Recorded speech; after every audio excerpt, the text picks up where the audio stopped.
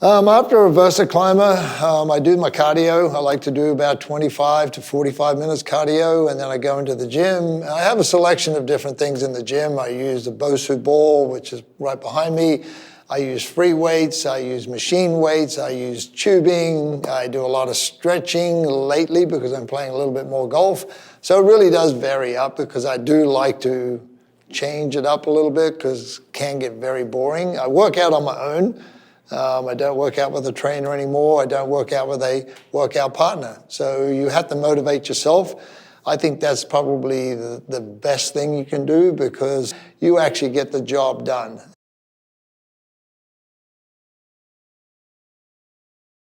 And I'll do a demonstrator move that I do for stability and rotational exercise. Look, the weights I'm going to pick up here now are probably going to be a little heavier than most. It's not the weight I normally use in the gym, but it's just a demonstration.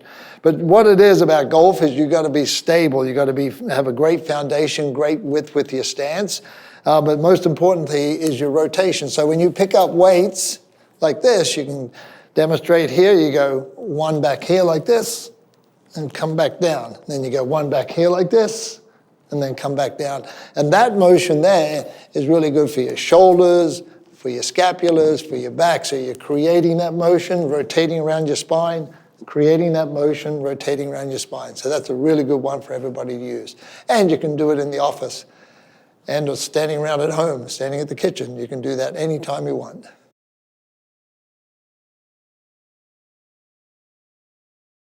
My workout has changed dramatically since my days of being on the tour and what I do today. Today I just work out to be life fit because there's so many different components that I do in my life that I enjoy doing, and being fit for them, I'm ready to do anything that I do. On the tour it was totally different. The tour was more power to weight ratio through flexibility, strength and flexibility. Really, really important. Things I don't do today that I used to do then was like take a big giant bucket of rice. It was probably the length of my arm, and I would squeeze my fingers down all the way down to the bottom in a bucket of rice and then work your way back up. So it was great for your finger strength and your forearms and stuff like that. So when in the rough, you could actually hang on to it a lot more than what other people would do. So little things like that I don't do anymore. How do I use my Garmin Mark golf watch? Many different ways, actually. I wear it in the gym. I wear it on the golf course. I like to track what my body's doing. Through distance. I know exactly how many paces I've gone, how far I've gone. I like to track my heart rate.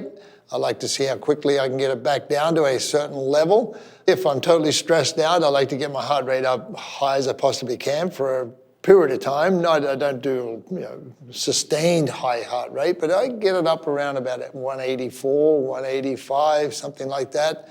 I use the Versa Climber a lot for that, just to spike it and then slow down and spike it and slow down. So yes, I use it for every day. I use it in the office. I use it in the gym. I use it on the golf course. So it's a very, very, very versatile tool.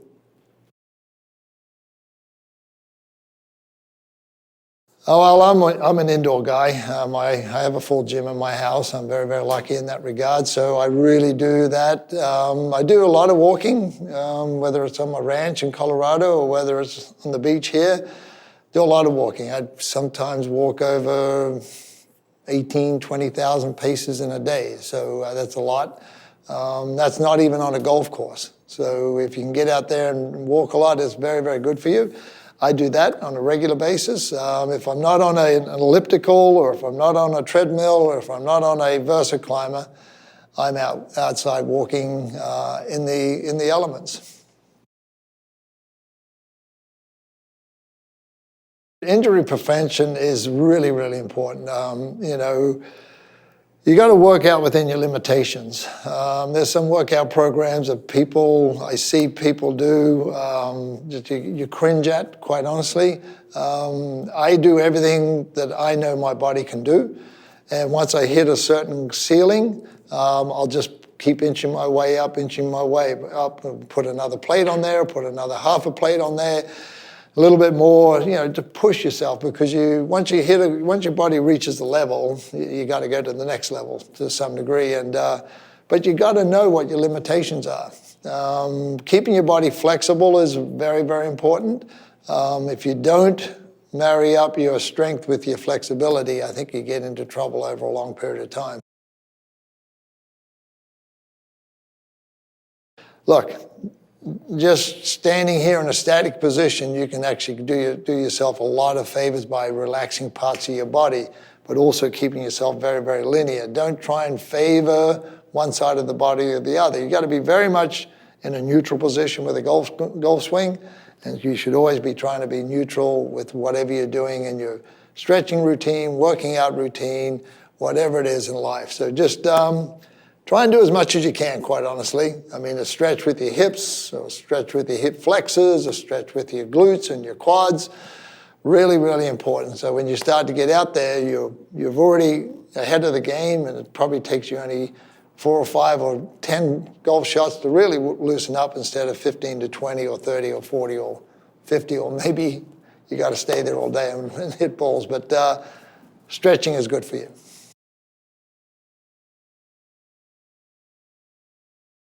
Working out is up to the individual. I think working out is just like your golf swing. It's a fingerprint. Everybody's golf swing is different, and everybody's body is different. Everybody's metronome is different. So your timing and things and how you do things is different. So you've got to understand that, because working out is the best thing you can possibly do for yourself. Working out the right way is even the better thing you can do for yourself, because you get to an end goal, which is making your body the best body it can possibly be.